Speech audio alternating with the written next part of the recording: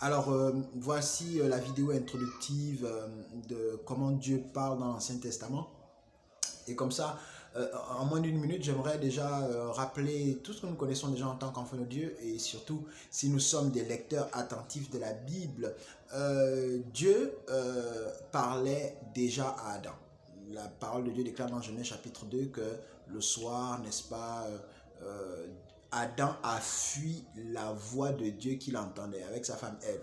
C'est-à-dire que Dieu visitait souvent Adam et ça a toujours été la volonté du Père d'être proche, d'être près de sa créature, d'être près de l'humain qu'il avait créé. Donc, ensuite, on retrouve Dieu qui parle à Abraham, n'est-ce pas, dans les songes, dans les visions. On retrouve maintenant Moïse à la montagne de Sinaï qui rencontre Dieu, d'abord dans le désert, au buisson ardent, ici que nous connaissons tous, et ensuite au Sinaï. Donc, c'est les humains c'est les anciens d'Israël qui ont dit à Moïse, nous ne voulons plus entendre Dieu. Dorénavant, nous avons vu Dieu, nous avons entendu comme il parle, nous avons pris peur, nous ne voulons pas mourir. Moïse, ce que tu vas faire pour nous, tu iras souvent parler auprès de Dieu et tu viendras souvent nous dire ce qu'il a dit. Sinon, nous, on ne veut pas mourir. Donc, c'est les humains qui ont refusé d'entendre Dieu. Ils ont pris peur, certainement à cause de sa sainteté, à cause de sa pureté, de sa puissance, n'est-ce pas, de ce qu'ils ont vu, de ce qu'ils dégageaient ce jour-là. Mais en réalité, le blocage ne venait pas du côté de Dieu, ça venait du côté de l'homme qui avait peur, certainement à cause de son état de péché.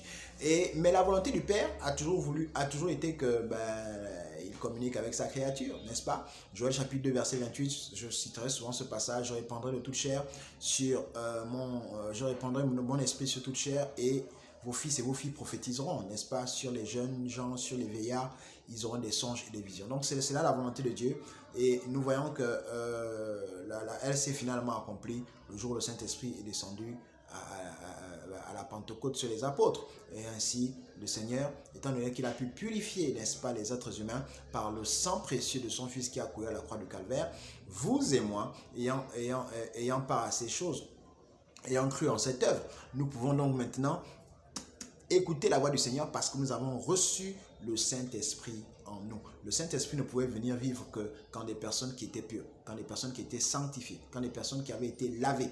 Et rien ne pouvait nous laver. Le sang des animaux, ceux qui sacrifient encore aux animaux, le sang des animaux couvrait à peine le péché. Et ça empêchait au Saint-Esprit d'entrer en nous. Il ne pouvait donc pas venir. C'est pourquoi dans l'Ancienne Alliance, dans l'Ancien Testament, il recouvrait seulement les prophètes.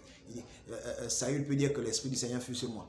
David peut dire que l'Esprit du Seigneur fut sur moi. Les prophètes Jérémie et Ézéchiel et les autres disaient que l'Esprit du Seigneur fut sur moi. Il ne pouvait qu'être sur eux. Il ne pouvait pas entrer en eux pour véritablement avoir une communion comme nous l'avons aujourd'hui dans la Nouvelle Alliance. C'est un privilège, c'est une gloire, n'est-ce pas, d'appartenir à cette alliance-ci, celle où Jésus-Christ a déjà payé le prix à la croix. Et les mathématiques de Dieu, d'ailleurs c'est le titre d'un livre que j'ai écrit, nous explique que tout ce processus, tout ce cheminement, c'était justement pour ça, c'est pour arriver à ce niveau-là, au point où Jésus nous sanctifie par son sang précieux. Le Saint-Esprit peut entrer en nous, n'est-ce pas, afin que nous puissions entendre la voix du Père, entendre la voix de notre Créateur, de notre Seigneur dans notre cœur, nous parler, nous guider, nous encourager, nous fortifier. Et voilà un peu ce que je voulais vous montrer. Nous allons passer juste à l'écran dans la prochaine vidéo pour que nous passions en revue rapidement ces petits passages. Mais comme je vous l'ai dit, ce n'est pas un cours théorique, c'est plutôt un cours pratique. Donc je voulais faire cette petite introduction.